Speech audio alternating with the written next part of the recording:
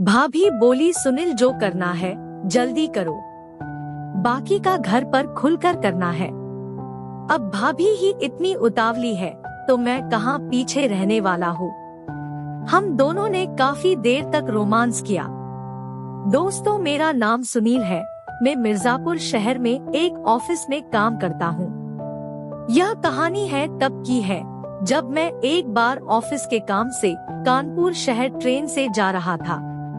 मैं जैसे ही ट्रेन में चढ़ा और अपनी सीट के पास गया है तो देखा मेरी सीट पर ही कपिल बैठा हुआ है।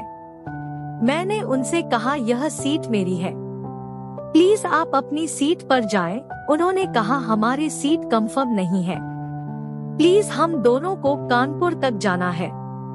रात का समय था तो मैं भी ज्यादा कुछ नहीं बोला क्योंकि उनके साथ भाभी थी। वह बहुत ही ज्यादा हसीन लग रही थी। जब वह हंसती थी तो उनके दोनों गालों पर डिम्पल पड़ते थे।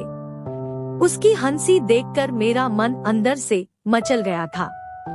मैंने सोचा कि चलो भाभी को देखते हुए मेरा भी टाइम पास हो जाएगा और अगर मौका लगा तो कुछ जुगाड़ भी हो जाएगा। फिर मैं भी बैठ गया। अब उस सीट पर हम 3 लोग थे। धीरे धीरे उनसे बातचीत शुरू हुई तो पता चला कि वह किसी काम से मिर्जापुर आए हुए हैं। मैंने उनका नाम पूछा तो उन्होंने अपना नाम महिपाल बताया और उन्होंने मुझे भी पूछा तो मैं भी बता दिया कि मेरा नाम सुनील है।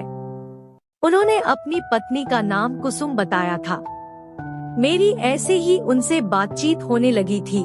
वैसे भाभी के बारे में बता दूं कि भाभी की उम्र 30 साल की थी, लेकिन अभी भी 19 साल की लग रही थी। उन्होंने खुद को बहुत ही ज्यादा मेंटेन किया हुआ था।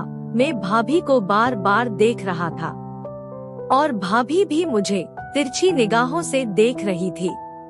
वह दोनों आपस में मजाक कर रहे थे और मैं चुपचाप बैठा हुआ था। तभी महिपाल बोला, क्या सुनील जी, आप तो कुछ बोल ही नहीं रहे हो। कुसुम भी बोलने लगी तो मैं बोला, आप दोनों तो आपस में मजाक भरी बातें कर रहे हो। वह बोले, तो क्या हुआ। मैं उन्हें भैया भाभी बोल रहा था। भैया बोले, सुनील जी, आपकी भाभी ने तो आज मेरी बैंड बजा दी।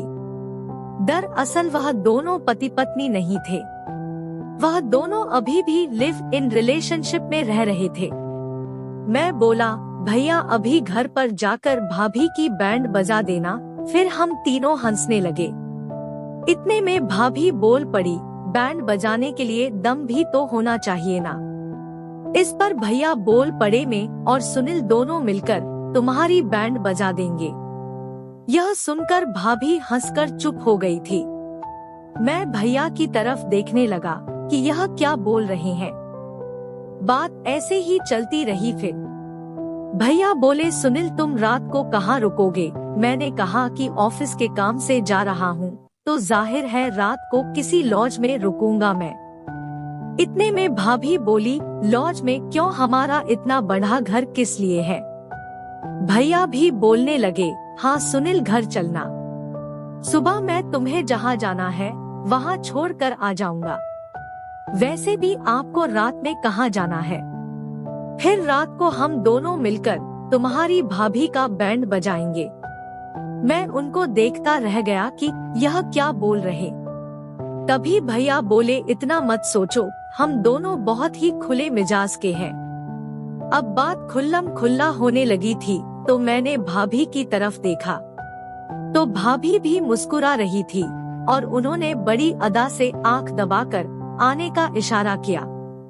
मानो जन्नत में पहुंच गया था मैं। अब काफी रात हो चुकी थी तो सोचा बाथरूम हो आता हूँ, फिर सो जाऊंगा। मैं जैसे ही बाथरूम की तरफ जाने लगा तभी पीछे पीछे भाभी भी आने लगी और उन्होंने मुझे रुकने के लिए इशारा भी किया। मैं बाथरूम के पास जाकर रुक गया था। उधर कोई नहीं था, सभी सो रहे थे। भाभी करीब आते ही बोली, मुझे मालूम है कि आप कहाँ जा रहे हो। मैं थोड़ा मुस्कुरा दिया था। भाभी बोली, मुझे भी साथ में चलना है। मैं बोला, कोई देख लेगा तो। भाभी बोली, कोई नहीं देखेगा, सभी सो रहे हैं। मैं सोच रहा था कि मुझे ही जल्दी है, लेकिन भाभी को तो मुझसे भी ज्यादा जल्दी है। मैं आगे पीछे देखा और बाथरूम में घुस गया। तभी भाभी भी मेरे पीछे आ गई। हमने अंदर से डोर लॉक किया, फिर भाभी नागिन की तरह लिपट गई, जैसे कोई दो प्रेमी कई बरसों बाद मिले हों। भाभी बोली, सुनील जो करना है जल्दी करो, बाकी का घर पर खुलकर करना है। अब भाभी ही इतनी उतावली है तो मैं कहाँ पीछे रहने वाला हूँ। हम दोनों ने काफी देर तक रोमांस किया। जब दोनों शांत हुए तब भाभी बोली, मैंने कभी नहीं सोचा था कि मैं ऐसा करूँगी। सच में सुनील, रोहित के बाद आप दूसरे मर्द हो। अब शायद कभी किसी की जरूरत पड़ेगी। तो दोस्तों, ऐसे ही और भी इंटरेस्टिंग कहानियाँ सुनने के लिए हमारे चैनल को अभी सब्सक्राइब करो और हाँ, वीडियो को लाइक करना मत भूलना। धन्यवाद।